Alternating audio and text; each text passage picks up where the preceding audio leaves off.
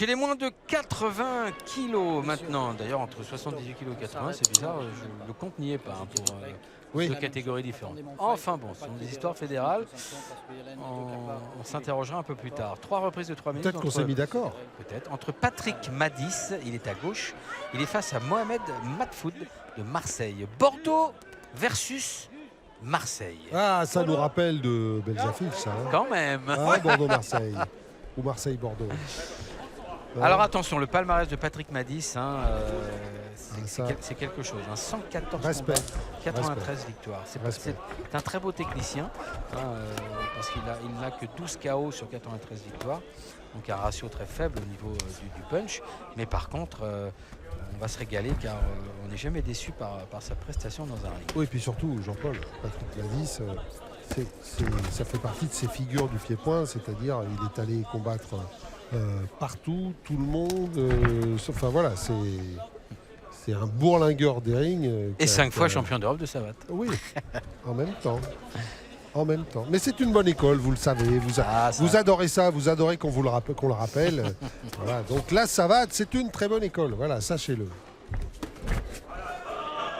Ceci dit, Jean-Paul, pour rebondir sur ce que vous dites, rappelez-vous l'an passé, les 2 soirées de Savate Pro que nous avions faites, l'une à Marseille, l'autre à Levallois. Oui.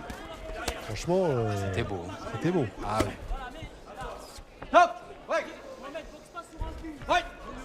Mais là, on est en K1. Voilà. C'est autre chose. Allez, on prend un peu la température dans les jambes avec quelques petits low kicks intérieurs. Top. Ah, alors il y a un petit bobo là au pied, non? Qu'est-ce que... Ouais, c'est Mohamed Matfoud qui montre son pied droit, a priori.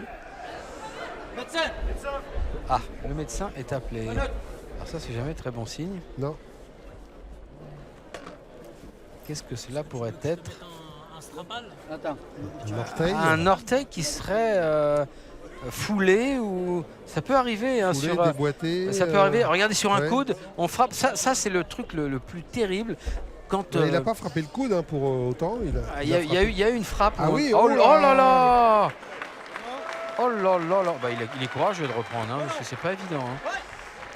Le pire, vous savez, il y a des spécialistes à l'entraînement, en combat beaucoup moins, mais à l'entraînement. Oh là là là là, bah, il n'aurait pas dû reprendre. Oh là là là là là. Non, il n'aurait pas dû. Oh là là. Il a dû être tellement déconcentré par ça. Il a eu le courage de vouloir continuer, mais alors, c'est dur pour Mohamed Matfoud.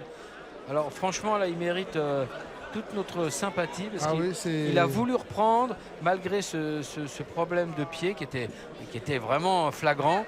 Et bah du coup, regardez, il y a eu le premier crochet gauche et alors le crochet du droit, il est terrible. Il a l'air de rien, mais il est donné avec tellement de décontraction et hop, que c'est parti. C'est fini. Un peu dur quand même. Hein. Ah, c'est dur pour Mohamed Matfoud. Ah ouais, c'est dur. Ah ouais, c'est... Oui, applaudissez-le parce que franchement... Et surtout, on n'a pas bien... Est-ce que c'était une crampe? Est-ce que c'était un orteil déboîté? Est-ce que c'était... On n'a pas bien compris...